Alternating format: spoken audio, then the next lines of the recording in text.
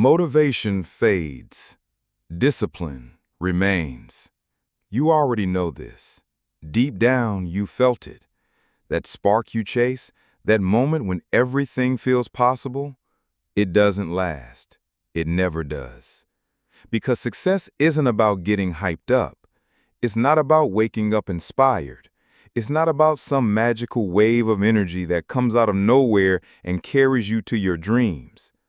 Success is built on days when you feel nothing and still show up, still do the work, still get it done. Because if you don't, someone else will. And the world won't slow down just because you don't feel like it. If you've ever wondered why you keep stopping, quitting, or falling off track, keep watching, because today I'm going to expose the real reason, and it's not what motivational videos have been telling you. Let me say something that might offend you. You don't have a motivation problem. You have a discipline problem. We live in a time where motivation has become the drug of the week. It's everywhere. Quotes on Instagram, hype music playlists, 30-second TikToks promising a new life in 10 seconds flat. But what happens after the quote fades, after the music stops? What happens when no one is watching you anymore? Napoleon Hill, the man who spent 25 years studying the most powerful and successful people of his generation, warned us about this trap. He said, "Self-discipline is the only real power. Without it, you are nothing but a leaf on the wind, blown this way and that." He didn't say motivation. He didn't say passion. He said self-discipline. And that quote hits harder when you realize what it means. You can have all the dreams in the world, but if you can't control yourself, you'll never have the life you want. You've been lied to. From the moment you entered the personal growth space, you were told you just needed to get motivated, that once you got inspired enough, things would change, that once you had a strong enough why, you'd suddenly become a machine. But let me ask you this. How many times have you watched a motivational video, felt unstoppable, and then did absolutely nothing? That's the illusion. That's the lie. You don't need more inspiration. You need a system to not care how you feel. You need to move even when your soul is tired. You need the ability to say, "I do it anyway," because that's what discipline is. Discipline is choosing the action, not the emotion. Here's something nobody tells you. Motivation can actually hurt you. It convinces you that success is supposed to feel good, that if it doesn't feel right, you're doing something wrong, that if the grind doesn't excite you, maybe you're not aligned or in flow. But the truth is, success hurts. It's lonely.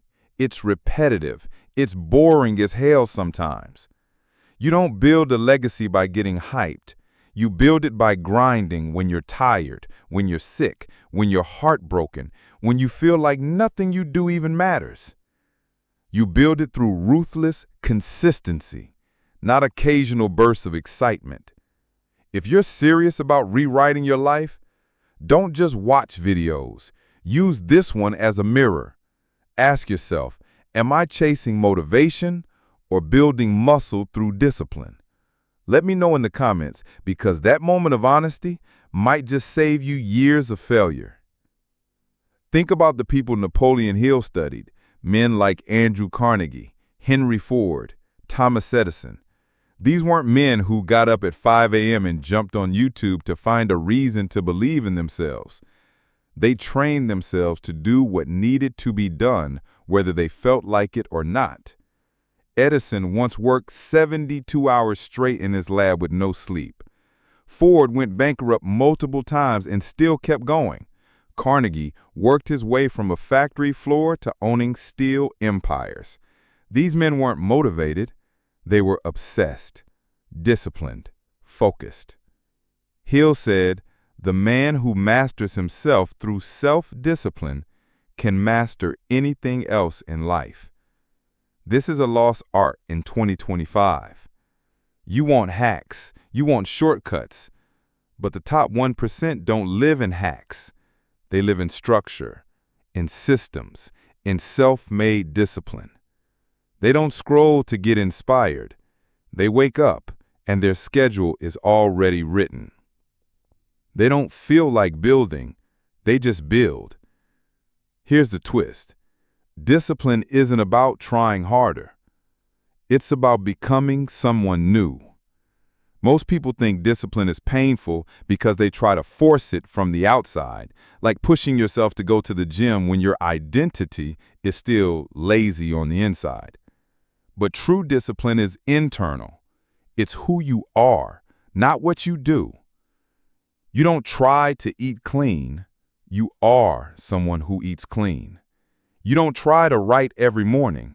You are a writer. You don't try to run a business. You are an entrepreneur. This is how the most powerful people think. They don't need to feel it because it's who they are. And once something becomes your identity, you don't need motivation anymore. Your actions become automatic. So how do you build that kind of discipline? How do you go from being reactive to unshakable, from quitting every time it gets hard to becoming the kind of person who can't stop? That's what we're breaking down in the next part, because the truth is, discipline isn't something you're born with. It's built, it's forged, it's trained like a muscle. And when you master it, success becomes inevitable. Not because it's easy, but because nothing, not your feelings, not your fears, not your doubts, can stop you anymore. Remember to subscribe because this series isn't hype. It's a blueprint for real power. And the next part is where we start laying the foundation brick by brick. Welcome back. In part 1, we expose the truth that chasing motivation is a trap, and that the real secret to success is ruthless, unrelenting discipline. But now, we go deeper. Because here's the question everyone is too afraid to ask. If we know motivation doesn't last, if we know discipline is the key, why do so few people ever build it? Let's get brutally honest. The real reason isn't because you're weak. It's not because you're lazy, and it's definitely not because you're broken. It's because your life is built to make you soft. From the moment you wake up, everything around you is designed to comfort you, distract you, and keep you entertained so you never have to face your own potential. You don't need discipline when there's a dopamine hit waiting every 10 seconds. You've got food delivered in 5 taps. You've got content streamed endlessly. You've got millions of people chasing likes instead of building legacies.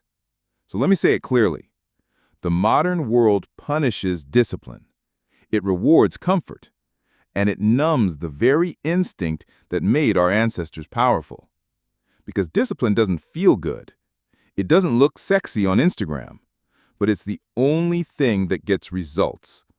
And that's exactly why you need to build it. Here's what Napoleon Hill discovered when he studied the greatest minds of his time. He said, "Self-discipline begins with the mastery of your thoughts. If you do not control your thoughts, you cannot control your needs, your desires, or your destiny." This is the foundation, your thoughts. Discipline starts in the invisible, in the mental.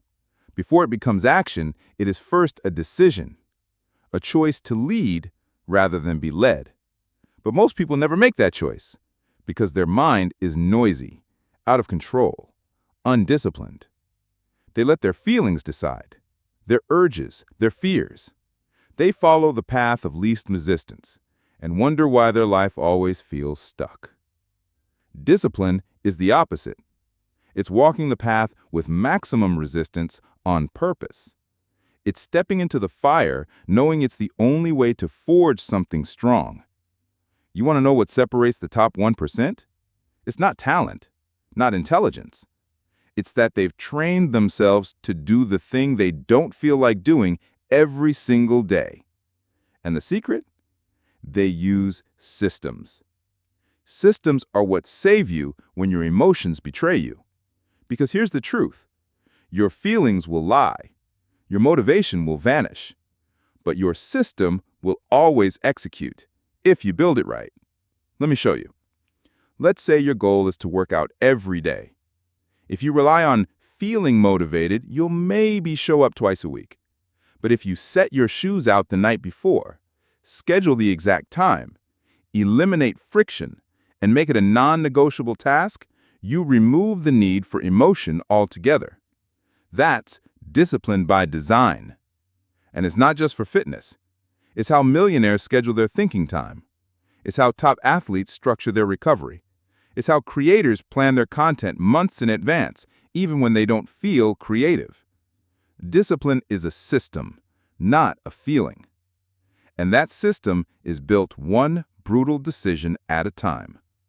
Wake up when the alarm goes off. Do the work before you scroll. Eat the clean meal instead of the junk.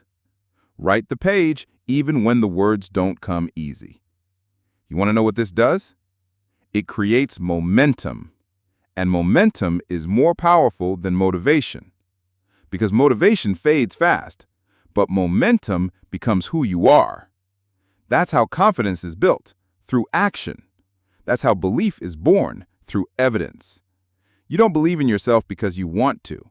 You believe in yourself because you have proof that you show up no matter what. And here's where we raise the stakes even more. Because once you get momentum, you realize something terrifying. You are responsible now. You can't pretend anymore. You can't hide behind excuses. You can't blame your past, your trauma, your boss, or your upbringing. Because now you know it was never about any of that. It was about whether or not you were willing to take control. Discipline gives you your power back, but it also strips away your justifications. That's why most people avoid it. They don't want power. They want pity. They want to be told it's okay to stay small, that it's normal to quit, that it's fine to take it easy. But if you're still watching this, I know one thing about you. You're not here to stay small. You're here to burn the old version of yourself, to walk into the fire of discomfort, and to come out the other side, reborn as someone dangerous, someone focused, someone grounded, someone the old you would never even recognize. And guess what? That version of you isn't waiting around for motivation. He's already out there, doing the reps, putting in the hours, while you're still deciding whether you feel like it.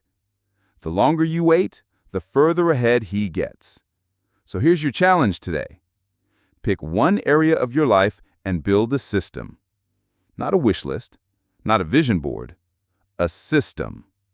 Something you can do daily no matter how you feel. Something you commit to without exception. Something that sharpens your edge every single time you do it. And when your mind screams, "I don't want to," that's your cue. That's your signal. That's the rep that matters. Because the only discipline that counts is the one you keep when everything inside you says stop. That's the edge. That's the wall you have to break through. And on the other side is freedom. Before we wrap this part, let's bring it back to Hill, because he warned us of one more thing. He said, "The man who will not discipline himself must be disciplined by others." Read that again. If you don't lead yourself, you will be led by your boss, by your fears, by your addictions, by the algorithm, by the system. There is no neutral ground.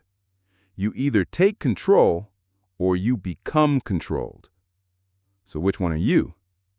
Drop a sword in the comments if you're choosing control, if you're building systems instead of excuses, if you're ready to earn your power, not wait for it.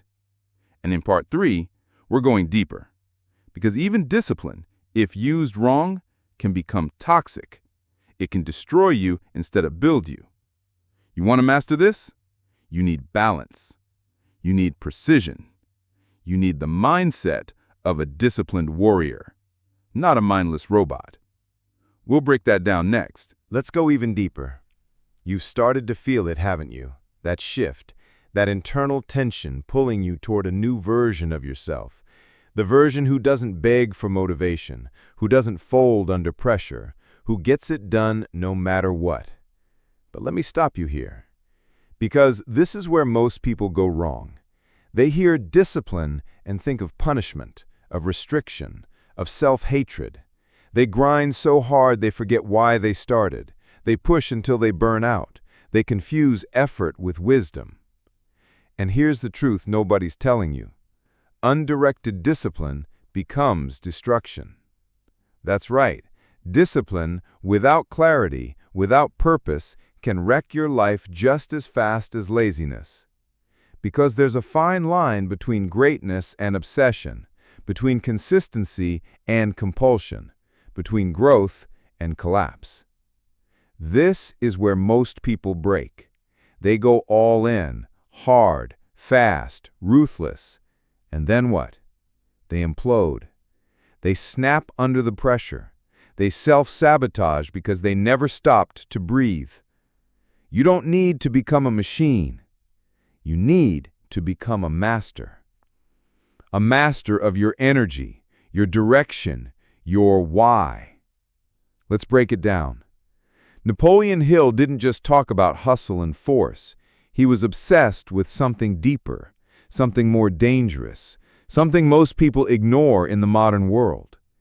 Definite of purpose is the starting point of all achievement. Definiteness, meaning you know exactly where you're going. You're not just working hard, you're working smart. You're not just grinding to grind, you're grinding with aim, with vision, with laser precision. If you don't have that, discipline becomes slavery. You wake up early, but for what? You push yourself, but toward what end? You build momentum, but you don't know where it's taking you. So you end up stuck, trapped in a cycle of doing, but never becoming. This is why discipline must be directed. Because it's a force, a fire, and fire, without control, will burn down everything you've built. So, let me ask you, what are you aiming at? What's the point of the work you're doing? What's the vision that makes your discipline meaningful? If you don't have one, stop right here. Don't move. Because without a clear aim, you're just burning fuel for no reason. Discipline without purpose is suffering without transformation. This is where balance comes in. Not balance as in work-life balance, the way lazy people talk about it. I'm talking about inner harmony, mental alignment, the ability to hold two truths at once. You can be relentless and still rest. You can be obsessed and still strategic. You can be powerful and still precise. Because the truth is, if you're doing it right, discipline shouldn't destroy you. It should build you, strengthen you, create more energy than it takes. And when it doesn't, that means you're doing it wrong. That means you've confused force with mastery. Let me show you the difference. Force says, wake up at 4 a.m. no matter what. Mastery says, what's the wake-up time that fuels the most productive version of me? Force says, grind until you collapse. Mastery says, recover like a professional, so I can grind tomorrow too. Force says, discipline means suffering. Mastery says, discipline is alignment between what I say I want and what I actually do. You don't need more pressure. You need more precision. You need to become a disciplined architect, not a wrecking ball. This is what the top 1% understand. The entrepreneurs who build empires, they have rest days. The athletes who win championships, they schedule recovery. The leaders who shape culture, they think deeply, move intentionally, and know when to strike. Discipline isn't doing more. It's doing what matters most, on repeat. And that's the next evolution of your power. Because now you know discipline is real power. But if you don't control it, it will control you. It will consume you. It will turn your life into a series of checklists with no soul. That's why you need clarity. Clarity creates boundaries. Boundaries create structure, and structure creates freedom. Yes, I said it.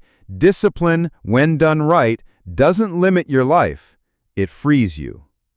It frees you from chaos, from indecision, from regret, because you always know what to do, and more importantly, you do it.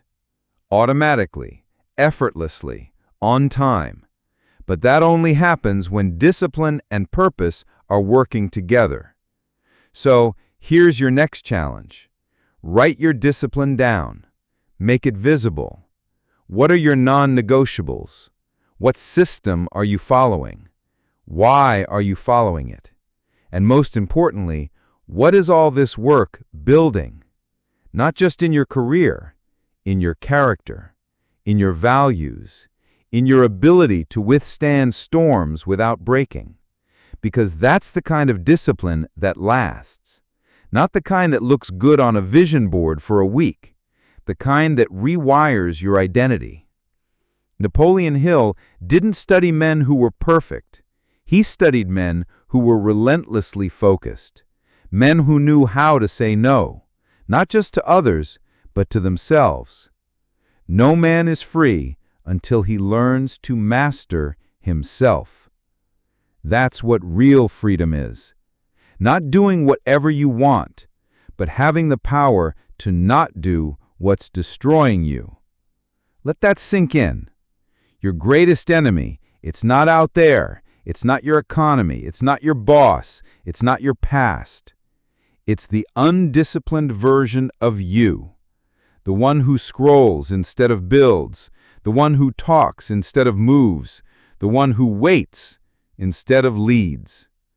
But here's the good news. That version of you, you can kill him. With structure, with direction, with purpose, with consistency, one day at a time, one system at a time, one decision at a time. Because discipline isn't something you do once. It's something you become. So, are you becoming someone you respect? Someone you admire? Someone you'd follow into battle? If not, change it. Today. Drop an L in the comments if you're ready to stop forcing and start mastering, and subscribe if you haven't already, because the next part is the most dangerous yet. In part 4, we're breaking down the discipline killers, the hidden habits, the mental traps, the invisible enemies that sabotage your consistency without you even knowing it. Most people never see them, but after the next video, you will. And once you do, you'll never be fooled again. Welcome back. By now you know the truth. Motivation is fleeting, and discipline is the foundation of everything. But just because you're building that foundation doesn't mean you're safe. Because what's more dangerous than no discipline is broken discipline. See, it's easy to fall in love with the idea of being consistent, locked in, focused, but the battlefield isn't just in your calendar or your habits. It's in your mind. It's in the subtle, sneaky voices that creep in just before you take action. It's in the little things that feel harmless, but quietly sabotage your momentum. And in this part, I'm exposing them all. These are the discipline killers, the invisible forces that make strong people soft, that take focused minds and fill them with fog, that steal your fire and replace it with guilt, procrastination, and confusion. Let's rip them out one by one. Discipline killer number 1, emotional justification. This is one of the deadliest. It sounds like this. I've been working hard lately. I deserve a break. I'm just not in the right headspace today. I'll do it later, when I feel better. This is the voice of comfort disguised as logic. And if you listen to it long enough, it will destroy you. Because here's the truth. Discipline doesn't care how you feel. Your goals don't care how you feel. The world doesn't reward your intentions. It rewards your results. The people who win in this life, they don't argue with their emotions. They act despite them. You need to recognize that voice and kill it instantly. Don't negotiate, don't explain, don't comfort yourself. Just do the thing. That's how power is built. Discipline killer number 2, the permission loop. You ever catch yourself waiting for a sign, a book to finish, a video to watch, a new moon, a Monday, a perfect plan? That's the permission loop. And that's another form of procrastination wearing a smart disguise. Napoleon Hill warned about this trap. Do not wait. The time will never be just right. He didn't say prepare for 3 more months. He didn't say gather more knowledge. He said move now. The permission loop is fear in a tuxedo. It makes you feel productive while keeping you frozen. You don't need another course. You don't need another guru. You don't need another list. You need action. Imperfect, fast, disciplined action. Discipline killer number 3 is micro excuses. These are the tiny rationalizations you make that feel small, but stack up like poison over time. I'll just skip today. It's not that big of a deal. One time won't hurt. But one skip day turns into 2. One cheat meal becomes a week-long spiral. One snoozed alarm becomes your new habit. Discipline is binary. You either showed up or you didn't. Every decision is a vote for the person you're becoming. Every single time. So here's the rule. Small lies create massive failures, and small wins build unstoppable confidence. Keep your promises, even the invisible ones. Discipline killer number 4, information overload. You think the more you know, the more you'll do, but it's the opposite. Too much information leads to paralysis. You drown in options. You second guess. You lose clarity. That's why the most disciplined people don't consume nonstop. They execute nonstop. They read to reinforce action, not to avoid it. They learn with intention, not distraction. If you're consuming more than you're producing, your discipline is dying, quietly, passively. So here's a system. For every 10 minutes you consume, invest 30 minutes creating, acting, moving. Shift the ratio, change your life. Discipline killer number 5, inconsistent environments. Your environment always wins. You can have all the willpower in the world, but if your phone is buzzing, your desk is cluttered, and your fridge is full of garbage, you'll lose. Discipline isn't just about internal strength. It's about external control. Build an environment that makes doing the right thing easier than doing the wrong thing. Put the phone in another room. Keep your workspace clean. Keep your morning ritual visible. Make your habits obvious, simple, and frictionless. Your environment should push you toward greatness, not pull you back into mediocrity. Discipline killer number 6, the identity disconnect. This is the deepest one. You can have the perfect habits, the best schedule, and all the right tools. But if you still see yourself as weak, lazy, or broken, it will all collapse. Your self-conscious will never allow you to outperform your identity. That's why discipline isn't just what you do, it's who you believe you are. Do you call yourself inconsistent? Do you think of yourself as bad at commitment? Do you believe you're someone who always falls off? Then you will be. Your discipline will always match your self-image. So here's the fix. Speak like the version of you you're becoming. Act like him. Move like him. Dress like him. Talk like him. Protect your habits like your life depends on it, because it does. That's how identity shifts. Not by wishing, but by aligning everything with your future self. Discipline killer number 7, success guilt. This one hits hard. You start leveling up. You start showing up, and suddenly people around you feel uncomfortable. They comment, they joke, they act like you're too serious now. And what do most people do? They shrink, they tone it down, they self-sabotage. Because deep down, they feel guilty for outgrowing the people who refuse to grow. Let me say this clearly. You don't owe your old life anything. You don't owe your comfort zone your loyalty. You don't owe small-minded people your energy. Success guilt is a test. Will you dim your light to make others feel safe? Or will you keep rising and show them what's possible? The disciplined path is lonely, but it's sacred. Protect it. Because the truth is, once you see the results of disciplined living, you can't go back. You can't tolerate weak thoughts. You can't tolerate lazy habits. You can't tolerate the version of you that used to wait for inspiration. You become addicted, not to grinding, but to becoming, to growing, to mastering, to building the version of you you once thought was impossible. That's what this is about. Not just goals, not just productivity. Reinvention, resurrection, the death of the old you, and the birth of something unstoppable. So here's what I want from you. Drop a brain in the comments if you've identified one of your discipline killers. Tell me which one it was and how you're going to destroy it.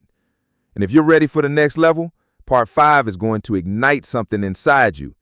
Because now that you've cleared the traps, we're going to talk about how to weaponize your discipline, how to go from daily habits to massive results fast. It's time to turn discipline into dominance. Let's flip the switch. You've been building the foundation. You've seen the traps. You've learned that discipline isn't about pain. It's about power. But now it's time for the upgrade. Because discipline isn't just about doing the right thing every day. It's about turning your life into a weapon, a tool, a machine, a force that gets sharper, stronger, and more precise the longer it's used. In this part, I'm going to show you how to take your discipline and weaponize it, to use it as leverage to dominate your goals, accelerate your growth, and collapse the time between who you are and who you're becoming. This is where things start to move fast. Let's begin with this truth. The purpose of discipline is not to survive, it's to conquer. You don't train yourself to become average. You train so you can take the throne. So the question is, where is your throne? See, most people use discipline to stay afloat, to not fall behind, to avoid chaos. But real power, it comes when you aim your discipline at something so bold, so magnetic, so precise that it pulls greatness out of you. So here's the first principle of weaponized discipline. Number 1, attach it to a mission, not a goal. Goals are temporary. Missions are personal. A goal says, I want to lose 10 pounds. A mission says, I will become a warrior who never quits on himself again. A goal says, I want to make 10K a month. A mission says, I will break my family's generational curse and become the first millionaire they've ever seen. See the difference? Goals get abandoned. Missions become who you are.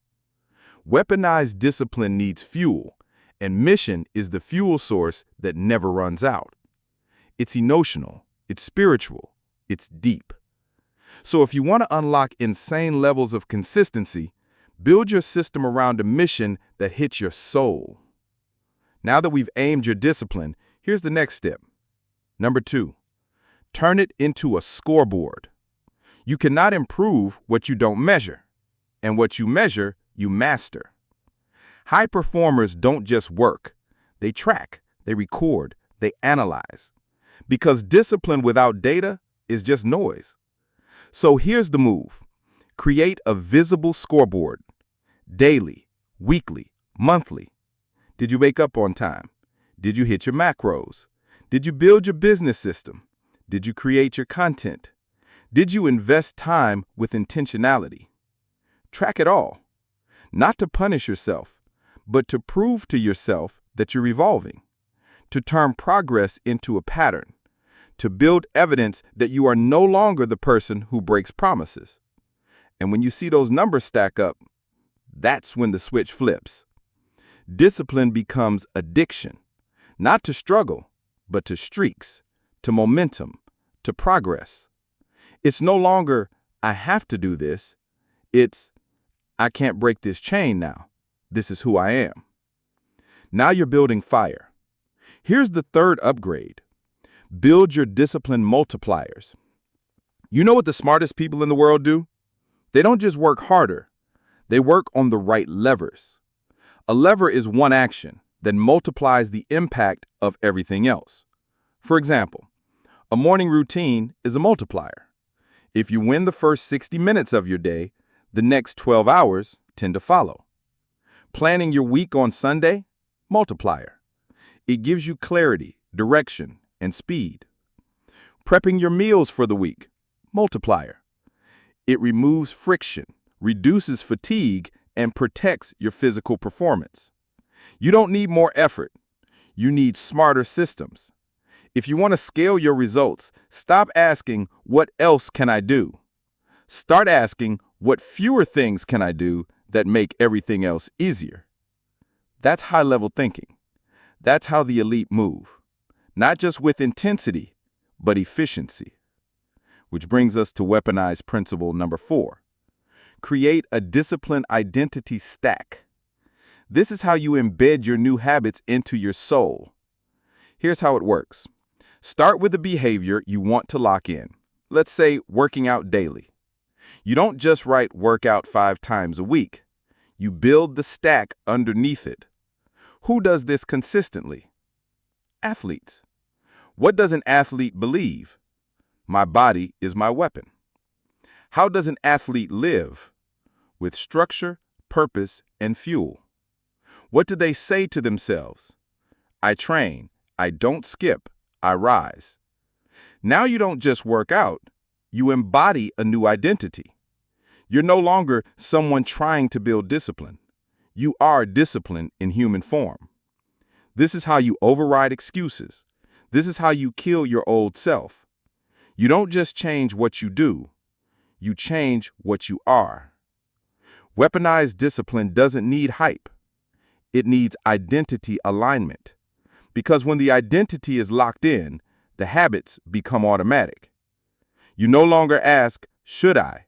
You simply say, this is what I do. And finally, principle number 5. Build disciplined defense systems. See, it's easy to be disciplined when life is smooth. But what happens when the storm hits? Your kid gets sick. Your car breaks down. You lose a deal. You get heartbroken. Most people collapse because they never planned for failure. They never built defense systems. Here's how to build them. Create a bare minimum system. Even on your worst day, what's the minimum you can execute? Not perfection, just momentum. Pre-plan your response to failure. If you fall off track, what's your exact comeback protocol? Write it. Follow it. No emotion. Build a relapse ritual. When you break your habit, don't spiral. Reflect, reset, and recommit instantly. Discipline isn't about never falling. It's about never staying down. Because real winners don't panic, they prepare. That's what makes your discipline unbreakable. And when you weaponize it this way, you stop reacting. You start leading. You become a force. Calm, clear, lethal. People will look at you and ask, how do you stay so consistent? How do you always show up? How do you move with such precision? And the answer will be simple. I stopped waiting to feel like it. I built myself to do it no matter what. So drop a tool in the comments if you're ready to weaponize your discipline. No more guessing, no more emotional decisions.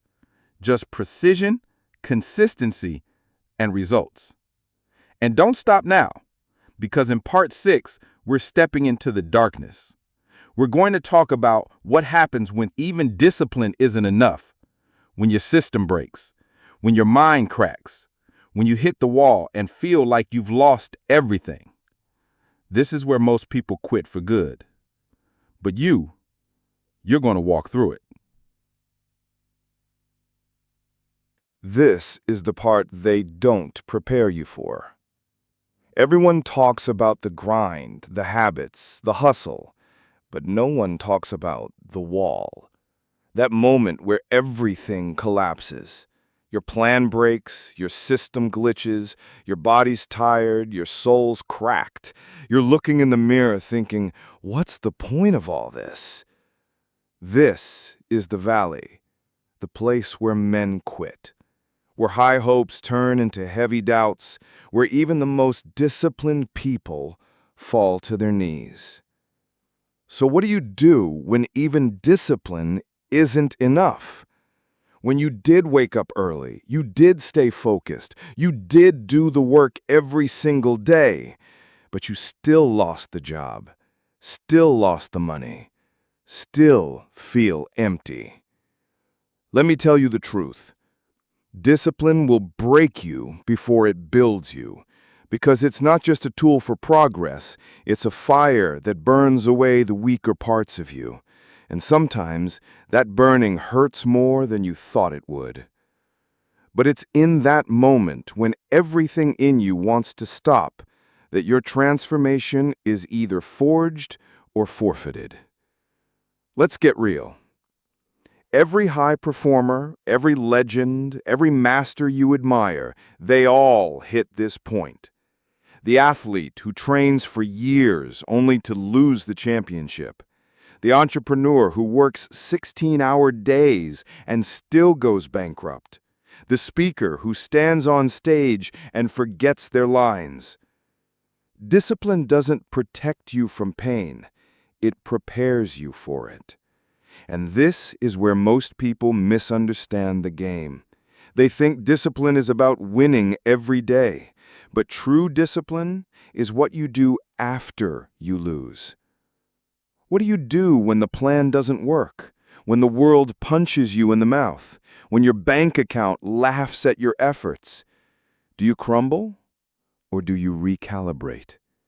See, there's a deeper layer to discipline, and it's this: resilience. Not just the ability to act with structure, but the ability to stand when the structure shatters. And that kind of discipline, it doesn't live in routines. It lives in your spine. It lives in your decision to get back up after the breakdown, to rebuild with no applause, to show up with no reward, to believe again when belief feels impossible. That's the part nobody talks about, because it's not glamorous, it's not viral, it's not inspiring, but it's real. And it's required. Let me tell you something most people are too soft to say. Success will betray you. It will not show up on time. It will not reward every hour you invest. It will not always respect your effort. Sometimes you'll do everything right and still get punched in the face. And in that moment, you'll be tempted to say, "What's the point? Why am I still doing this?" And here's the answer. Because who you're becoming is worth more than what you're earning. You're not just building a business, you're building grit. You're not just waking up early, you're building character. You're not just following a system, you're building a mind that cannot be broken. That's what makes you dangerous. And the best part? Nobody can take that from you. Not failure, not poverty, not haters, not rejection. They can take your car, your followers, your money, your titles, but they can't take your discipline. They can't take your spirit, because that's the one thing you earned in silence. When no one was cheering, when no one was clapping, when it was just you, your vision, and the darkness. And if you've ever been in that darkness, you know this. You either break or you build teeth. You either become a victim or a killer of excuses. You either walk away or you become a one-man army. That's what this part of the journey is about. When it's hard, when it's ugly, when you're tired, that's where your real discipline lives. And let me say this, if you're in that place right now, if you're in the valley, on the floor, thinking of giving up, you're exactly where you need to be. This is your forge. This is where the next version of you is born. This is where soft men break and real ones build teeth. But only if you choose it. Only if you stop asking, "Why me?" and start saying, "Watch me." Because no one's coming to save you. You're not owed a breakthrough. You're not owed a second chance. You're not owed comfort, applause, or understanding. All you're owed is the opportunity to get back up. And the second you take it, you take back your power, your identity, your life. So here's your mission. Get up, do the work anyway. Even if it's sloppy, even if it's slow, even if you're not sure it'll work. Show up when it's boring. Show up when it's painful. Show up when it's quiet. And trust this, if you stay in the fire long enough, it doesn't just burn away the weakness, it forges the strength. You don't just survive the dark, you own it. And when you come out, you'll move different. Speak different. Think different. Walk into a room and everyone will feel it. Not because you're loud, but because your discipline radiates. So drop a blood in the comments if you're in that fire and you're not backing down. Let the world know you're building teeth. And when you're ready, part 7 is where the pressure turns into power. We're going to talk about legacy, about how to take everything you've built, the pain, the habits, the resilience, and turn it into something eternal. Because discipline isn't just about you. It's about what you leave behind. We've gone deep. We've shattered the myth of motivation. We've built a foundation of ruthless, unbreakable discipline. We've walked through the fire of collapse and stood up with blood on our hands and steel in our spine. But now it's time to talk about something bigger. Because once discipline becomes your way of life, once the systems are locked in, once you've proven to yourself that no storm can shake you, what now? You've built the body, you've built the mind, you've built the bank account. You've silenced the noise, crushed the weakness, and stood alone in the arena. But what comes after victory? Legacy. See, most people build discipline for survival. Then they build it for success. But only the rare few, the truly great, build it for something beyond themselves. This is where the game changes forever. Because if discipline ends with you, it dies with you. But if discipline flows through you, if it reaches beyond your own wins, that's when you become immortal. Let me show you what I mean. When Napoleon Hill studied the most powerful men of his time, he noticed something consistent. They weren't just building businesses. They weren't just stacking wealth. They were building legacies. Carnegie didn't just get rich. He built libraries. Ford didn't just make cars. He reshaped American industry. Rockefeller didn't just dominate oil. He built institutions that shaped generations. And Hill captured it best when he said, "The most successful people are those who serve the greatest number of people." Read that again. Service is the highest use of your discipline. Impact is the highest form of personal power. It's not about how much you can hoard. It's about how much you can give without breaking. It's about how much weight you can carry, not for your ego, but for your mission. That's what legacy is. It's not a statue, not a quote, not a plaque on the wall. It's the echo of your discipline long after you're gone. It's the family that eats because you built something unbreakable. It's the kid who changes his life because he saw your example. It's the team that thrives because you showed up when no one else would. And here's the most savage truth of all. Your discipline is your proof of love. Don't say you care about your family and then live a life of chaos. Don't say you want to lead and then sleep through your purpose. Don't say you want to change the world and then run every time it gets hard. Discipline is the ultimate act of love, because when you control you, you create safety, strength, and strategy for everyone around you. They may never say it out loud, but people feel when they're around someone who can be trusted, someone whose life is in order, someone who carries the weight so others don't have to. So here's the real challenge. Can you keep showing up when you've already won? Not just when you're hungry, but when you're full. Not just when you're desperate, but when you're powerful. Can you keep building, serving, leading, without needing a reward? Because that's the real test. Anyone can grind when they're broke. Anyone can chase when they're empty. But what about when your bills are paid? What about when your name is known? What about when the applause is loud? That's when most people let go.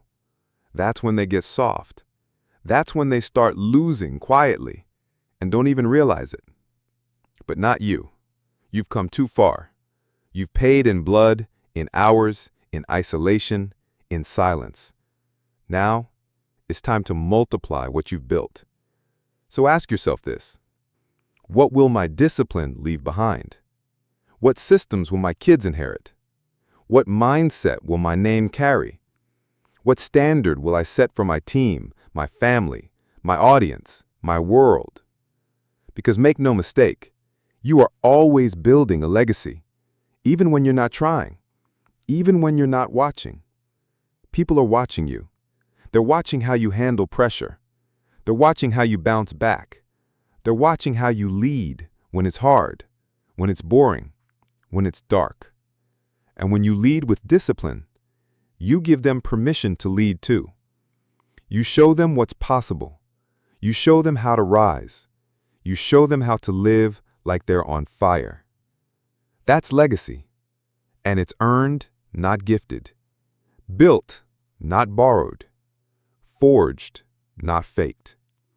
So let's get tactical. How do you build a disciplined legacy that lasts beyond your life? Here's the blueprint. Document your systems. Don't just live them, write them. Leave a playbook your kids or team can follow. Build the roadmap, not just the result. Build leaders, not followers. Don't be the one everyone depends on. Be the one who teaches others to discipline themselves. That's how movements start. Lead publicly, fall privately, recover quickly. Let people see your consistency. Let them feel your power. And when you fall, don't bleed on everyone. Fix yourself, then return stronger. Attach your name to principles, not just projects. Companies fail, markets crash, fame fades, but principles, they last forever. If your name becomes synonymous with discipline, with integrity, with fire, you'll live long after you're gone. Because the world doesn't remember those who had potential. It remembers the ones who used it, the ones who built themselves, the ones who served others, the ones who led from the front. And you're becoming one of them. So here's your challenge tonight. Look in the mirror and ask yourself, if I disappeared tomorrow, what would I leave behind? Would people remember my excuses or my example? Would they remember my effort or my emotions? Would they remember how I moved or how I talked about moving? If the answer doesn't light you up, change it. Because the truth is, you don't need more time. You need more intention, more structure, more fire, more legacy. Drop a fire in the comments if you're not just building for today, you're building for the next 100 years. Because in part 8, the final chapter, we tie it all together.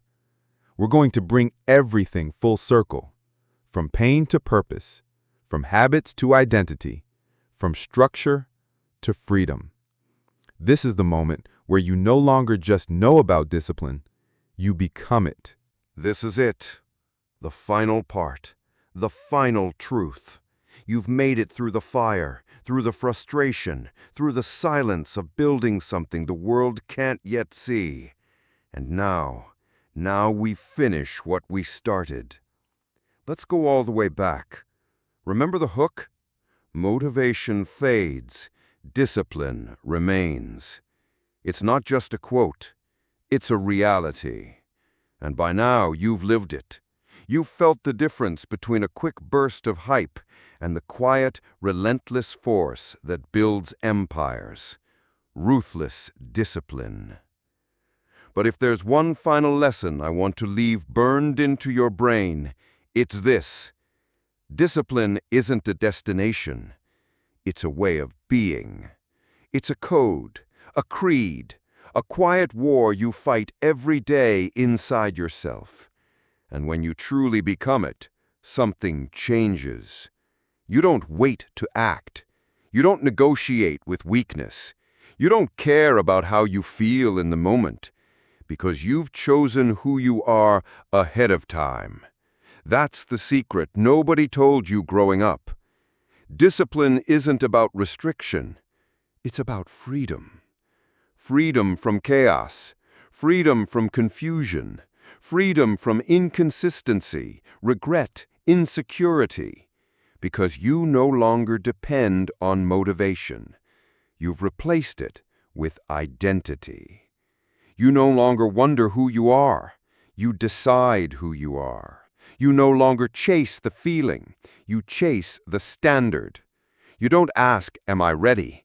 You ask, what would the disciplined version of me do? And then you do it. Fast, quiet, sharp, on time. No drama, no need for applause. That's discipline. And here's what most people never understand. When you become that person, everything else bends to your will. The body changes, the bank account shifts, the people around you rise or fall away. The world adjusts to your level. Because you've stopped reacting. You've started creating. You've become a force. That's the difference between the average and the elite. Average people live at the mercy of the moment. Disciplined people own the moment. Every time you show up when you don't feel like it, your confidence multiplies. Every time you keep your promise, your identity sharpens. Every time you push when it's hard, your leadership expands.